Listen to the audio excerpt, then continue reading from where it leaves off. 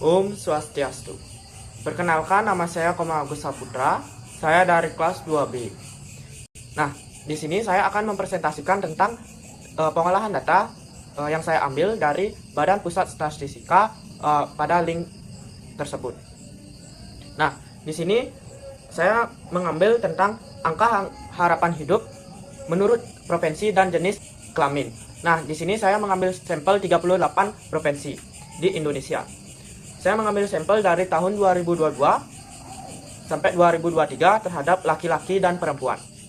Nah, seperti data yang saya cantumkan yaitu data mentah yang saya peroleh dari Badan Pusat Statistika Indonesia. Pada data mentah ini, saya ingin mengetahui yang pertama, provinsi mana yang memiliki rata-rata angka harapan hidup tertinggi dan terendah. Dan apa langkah konkret yang bisa diambil untuk meningkatkan angka di provinsi dengan nilai terendah.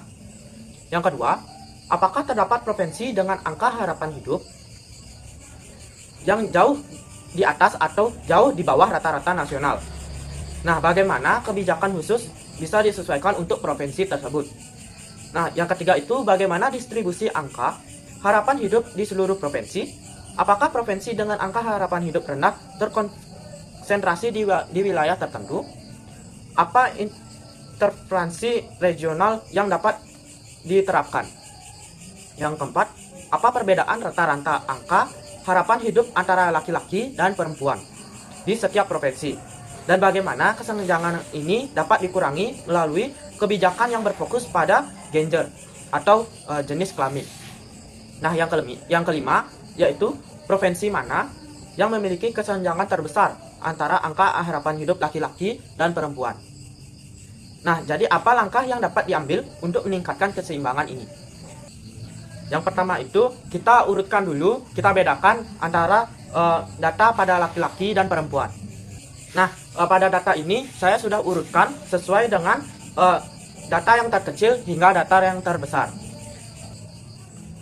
Nah, di sini kita juga telah menemukan jumlah dari data tersebut pada tahun 2023 akumulasinya yaitu 2.329,24 tahun. Pada 2023 yaitu 2.338,66 tahun dan seterusnya. Nah, di sini kita mengambil data yaitu 38 provinsi, tetapi di sini terdapat 4 yang tidak terdapat datanya karena data tersebut belum dikonfirmasi pada Badan Pusat Statistika oleh provinsi-provinsi ini. Di antaranya itu Provinsi Papua, yaitu Papua Barat Daya, Papua Selatan, Papua Tengah, dan Papua Pegunungan. Nah, kita dapatkan nilai terendah atau nilai minimum pada 2022 yaitu terdapat pada 63,74 tahun. Pada 2023 yaitu 64,11 tahun. Nah, selisih yang paling kecil di 2022 yaitu data dikuranginnya itu yaitu 0,05 dan 2023 0,04. Nah, data-data ini bisa kita gunakan untuk menjawab mana yang terkecil dan mana yang terbesar pada data. Saya juga menemukan nilai maksimum pada 2022 yaitu 73,28 tahun. Sedangkan pada 2023 yaitu 73,40 tahun pada 2023. Pada selisih data dan rata-ratanya yaitu 4,77. Pada 2023 yaitu 4,67. Nah, kita juga menemukan median atau nilai tengahnya yaitu berada pada 68,52 tahun pada 2022. Sedangkan pada 2023 yaitu 68,9 tahun. Nah, bisa dilihat di sini pada data kelompok saya telah membuat berdasarkan data kelompok banyak kelasnya yang mungkin terjadi yaitu 6 karena kita bulatkan 5,93 itu menjadi 6 kelas. Nah, panjang kelasnya itu 1,59. Jadi kita bulatkan ke 2, 63 dan 64 sehingga intervalnya kelas pertama itu 63 sampai 64 dan seterusnya. Baik, kita lihat pada tabel. Nah, tabel pada diagram batang menunjukkan rentan pada 69 sampai 70 itu yang paling tinggi, yaitu berada pada 12. Begitu juga pada tabel yang lain. Menganalisis data pada gender perempuan. Di sini juga sama, kita urutkan dari yang terkecil sampai yang terbesar. Nah, kita temukan dari semua jumlah data tersebut menunjukkan pada 2022 jumlahnya yaitu 2461,26,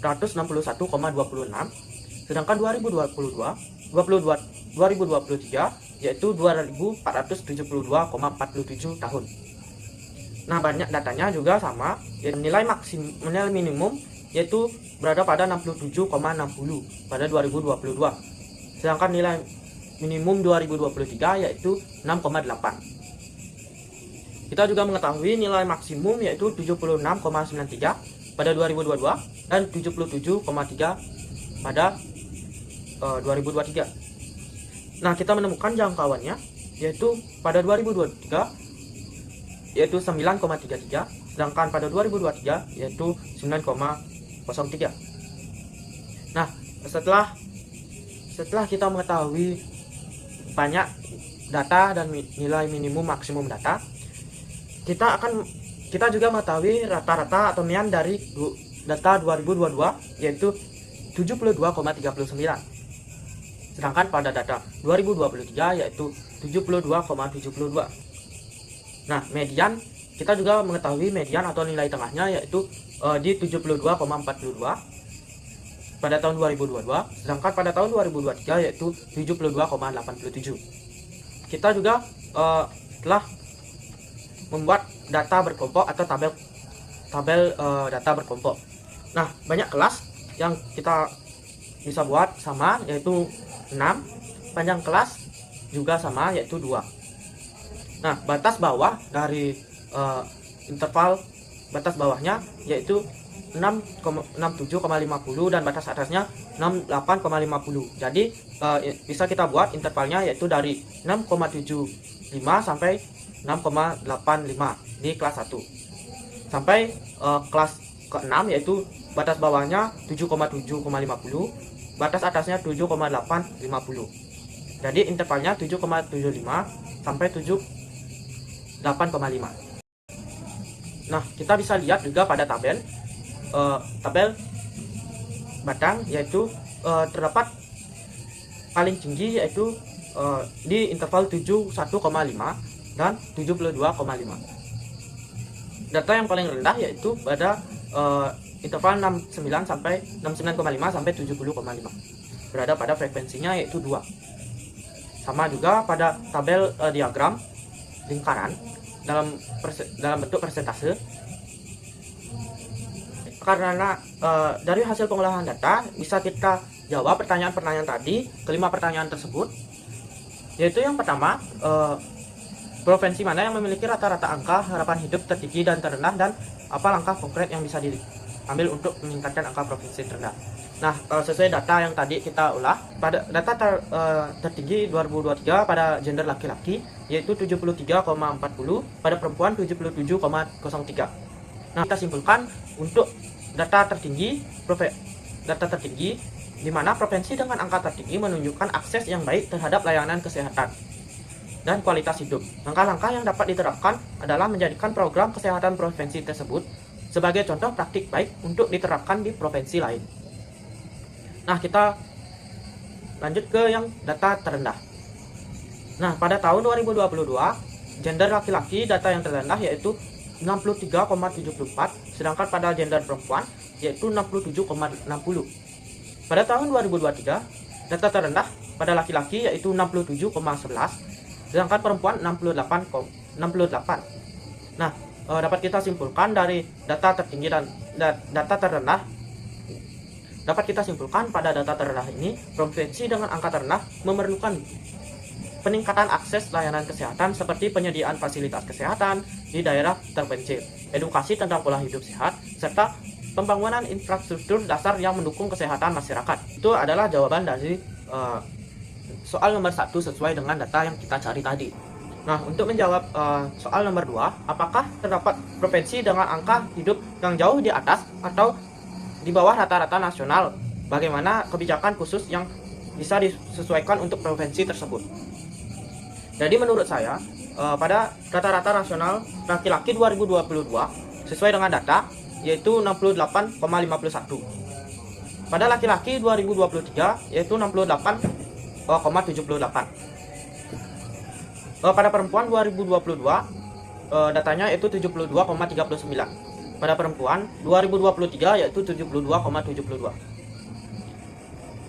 Nah, provinsi dengan angka tertinggi seperti yang mencapai 73,40 untuk laki-laki dan 77,3 untuk perempuan merupakan outlier positif. Kebijakan di provinsi ini dapat dievaluasi dan direplikasi di provinsi lain untuk mendorong peningkatan angka harapan hidup. Nah, outlier di bawah rata-rata nasional yaitu provinsi dengan angka terendah seperti 64,11 pada laki-laki 2023 dan 68 pada gender perempuan 2023 menunjukkan tantangan yang signifikan, sehingga kebijakan khusus yang bisa diterapkan yaitu penyediaan layanan kesehatan yang preventif, program vaksin massal untuk penyakit umum, yang ketiga kampanye edukasi hidup sehat. Nah, untuk menjawab soal nomor 3, bagaimana distribusi angka harapan hidup di seluruh provinsi? Apakah provinsi dengan angka harapan hidup rendah terkonsentrasi di wilayah tertentu? Apa intervensi regional yang dapat diterapkan? Nah, di distribusi angka harapan hidup cenderung menunjukkan ketimpangan di wilayah tertentu dengan akses kesehatan yang baik dan wilayah terpencil. Wilayah dengan angka rendah seringkali terkonsentrasi di Indonesia bagian timur, contohnya di Papua. Intervensi regional yang dapat dilakukan yaitu penguatan layanan kesehatan primer yang dilakukan terperinci. Yang kedua, pembangunan infrastruktur transportasi untuk memudahkan akses ke rumah sakit.